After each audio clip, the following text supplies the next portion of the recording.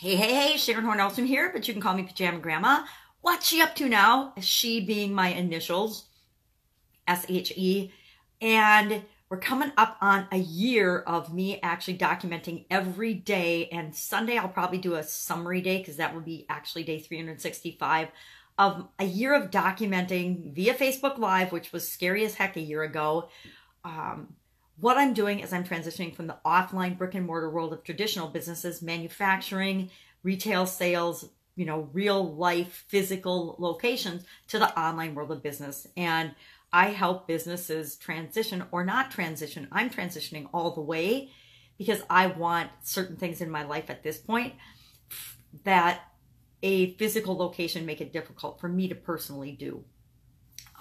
So I'm documenting the journey of how I do that. And I help businesses just add an online component to their business because I know and I see how powerful it is and how it's critical moving forward in order to be competitive and to create the business and the life that you want. So coming up in a year, and I'll do probably some kind of a summary thing. I might have to go back and look at a couple of my early videos because, to be honest, unless I go back and look through my notes and things, so much has happened and so much has been going on in a year. Right now I'm in the middle of this women's summit, creating the first women's summit, my first women's summit. All women business leaders and business owners sharing all about customers with new and existing business owners, because customers and what to do with customers and how to handle customers and how to get customers and how to treat them and how to deal with their experience. It's a huge topic, and it's actually the number one topic and the number one concern and question that comes up, not just for female business owners and female entrepreneurs, but for all business owners. Every business owner I talk to, somehow we get around to, I need more sales. Well, sales come from customers, right? Or we need more cash flow. Well, cash flow comes from more customers.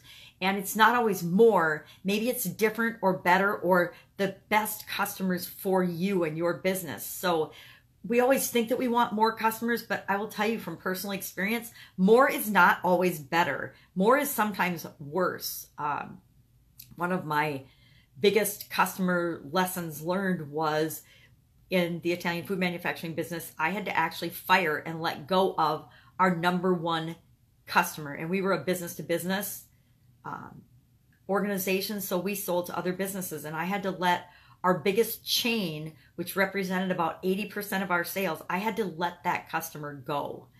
And it was one of the scariest things I've ever done. It was also one of the smartest things that I ever did. In about 2 months, we made up that income with customers that were right for us, instead of dealing with a customer that not only was 80% of our sales, they were about 95% of our energy and experience and stress and strain and employee turmoil and struggles. And so when we let go of that 95%, it opened up the floodgates and made it possible for us to serve new customers better, faster, easier, more efficiently, and more effectively than ever before, because we weren't dealing with the 95% of the attention that was going to the one customer that, yeah, they represented a huge part of our sales, but they also represented so many of our problems that by letting them go, we were able to serve the ideal customers, the right customers for us, much, much better. So I don't even know how I got on that tangent. Oh, because we're talking about customers for the Women's Summit. So the only way we have a business is if we have customers, right? And what I'm trying to help people understand in this, and I know we know it intuitively, but we don't always do it in our businesses. And I think that we did a really good job in the Italian food manufacturing business, knowing that we weren't always out looking for new customers. I mean, it was really hard to do business with our business because you basically had to get through me, and I was the bottleneck. And if you weren't a fit after, and it was only after we let this one customer go that I started that process of really vetting people and deciding if we were going to offer our products and services to them and their customers at all, because we had learned the lesson. We learned the lesson. I think everybody has to have that one customer that isn't right for them in order to learn the lesson. And sometimes it's a really painful, scary lesson. It was a very painful, scary lesson. And it wasn't, once we did it, it was the year and a half leading up to making the decision to let them go that was the scary time. But once we made the decision, everything fell into place. But I think we almost all need to experience that customer, that one customer at least, that isn't right for us, because it's kind of like getting your heart broken and falling in love and finding the person that is right for you. You have to go through several people, and sometimes you have to have your heart broken. You can watch sad romantic movies and see the heartbreak of other people. You can watch people in your life have heartbreak and their experiences. But until you experience it yourself, you don't really experience it. You don't get it.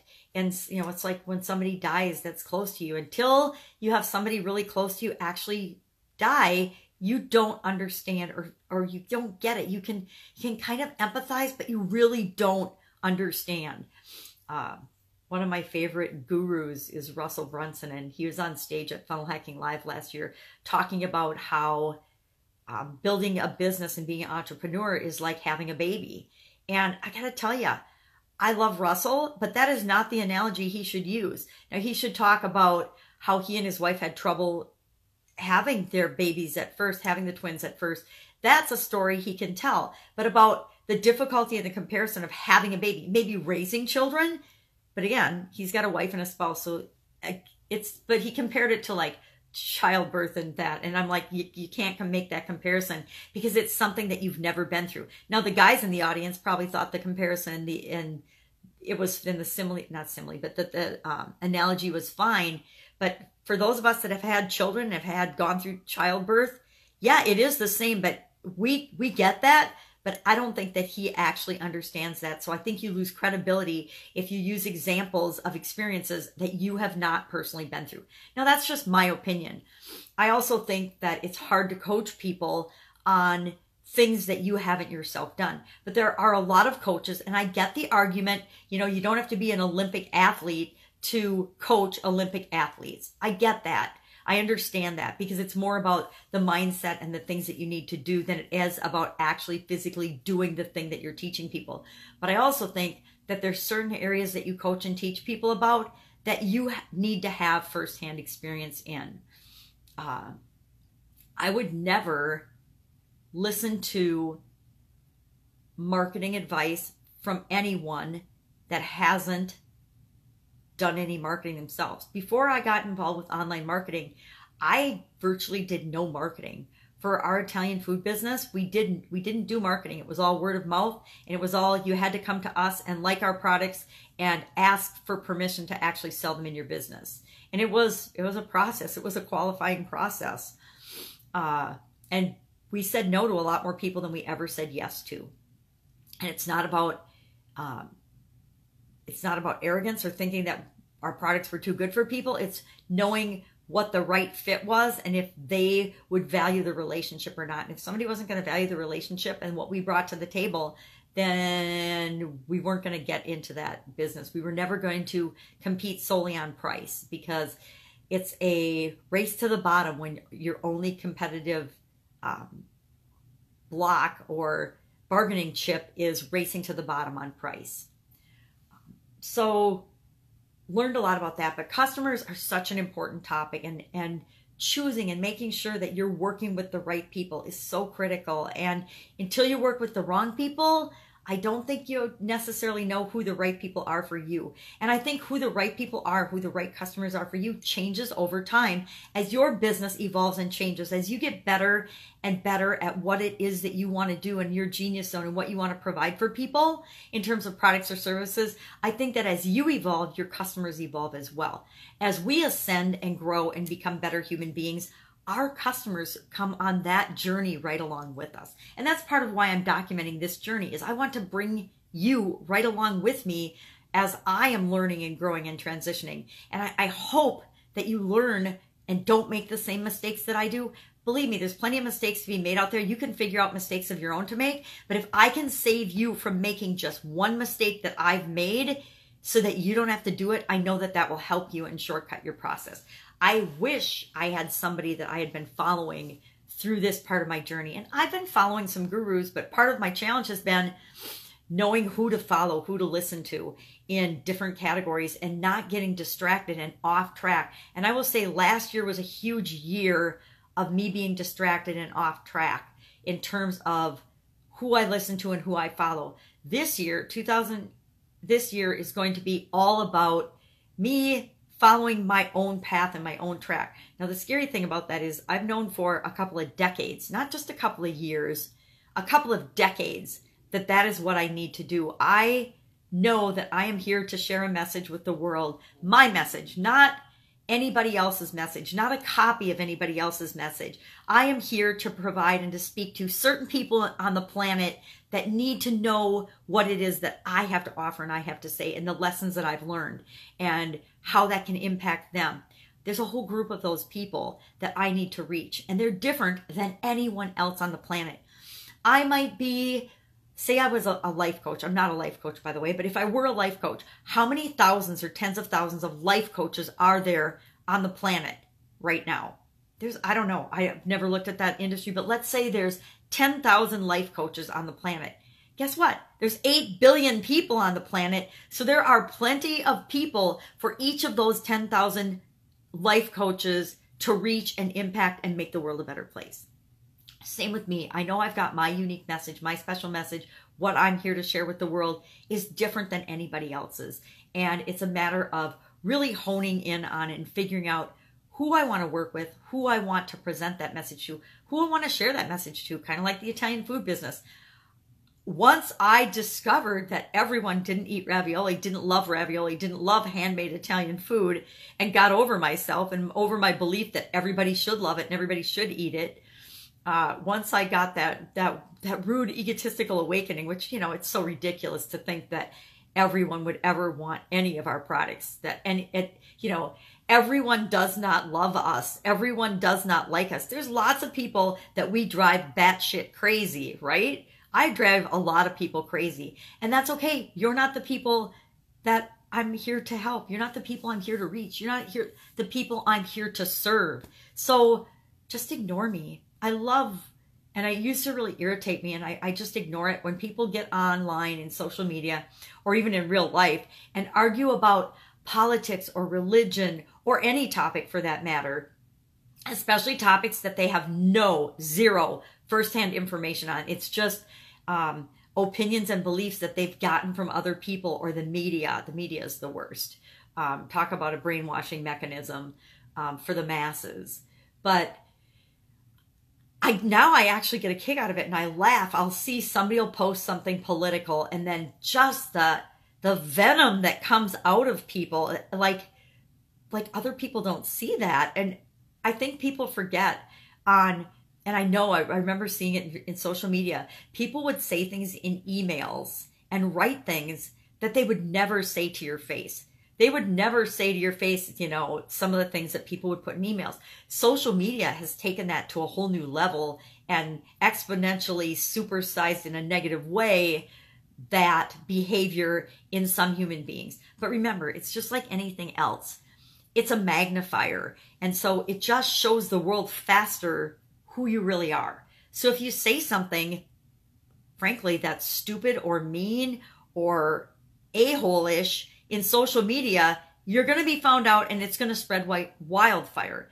People have always been doing that. Human beings are human beings. The nature and the behavior of human beings really has not changed all that much. It's just the lights have been shown on this behavior. It's like, as far as, and I'm not going to say about diseases, because I'm sure certain types of diseases are more rampant than they were because of the way we eat, the environment, the things that we have, the chemicals all those things that we subject ourselves to that people in the past didn't when they lived a simpler, more farm-oriented agricultural lifestyle.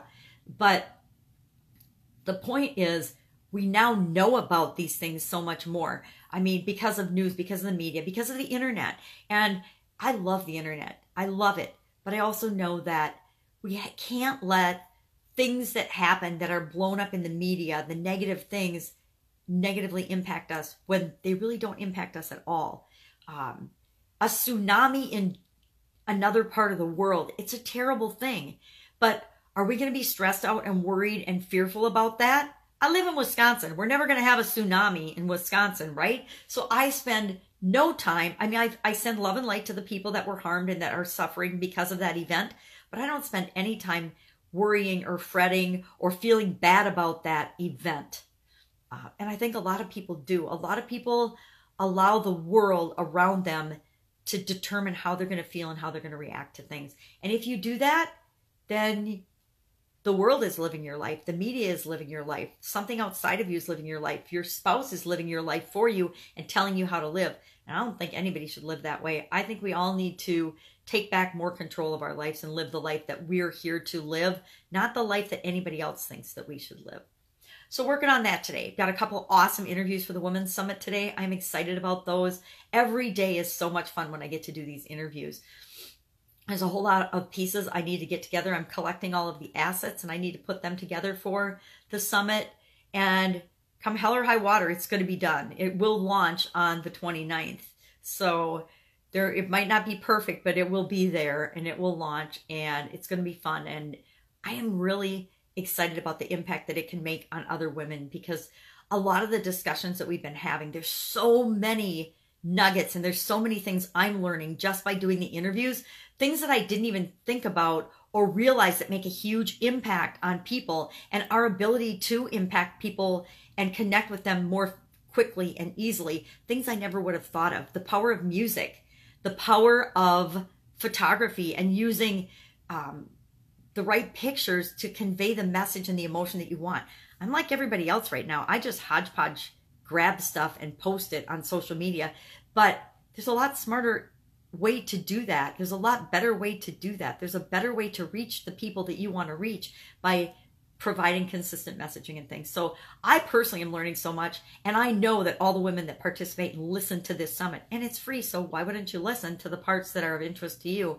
And I would challenge women to listen to the parts that they're like, they hadn't even thought about, because those are the ones that have been the most eye-opening to me, are like, I never even thought about music being a huge vibrational connector and an instant change, shift change, mood or shift or emotional shifter and connector. Because I used to love music when I was younger, but as I've gotten older, I valued quiet time more than music, so I stopped listening to music. And I forgot how powerful it is in making an immediate shift in our state. That's what I'm trying to say, our state change. If you're in a bad mood, listen to some good, happy music, or music that makes you feel good and happy. Sorry about that. It means I'm talking too much. It's one of the fastest, easiest ways to make a shift change or a state change or an emotional change and get a different result. All right, that's it. Go out, make it a great day, an absolutely terrific day. It is every day above ground's a good day, right? So enjoy it, embrace it. Go out, be you. I love to say, and I haven't said it for a while, I write it once in a while, but be loving, love being, be you. I think that has been kind of my mantra for about the last 5 years, because it sort of sums up what I'm all about.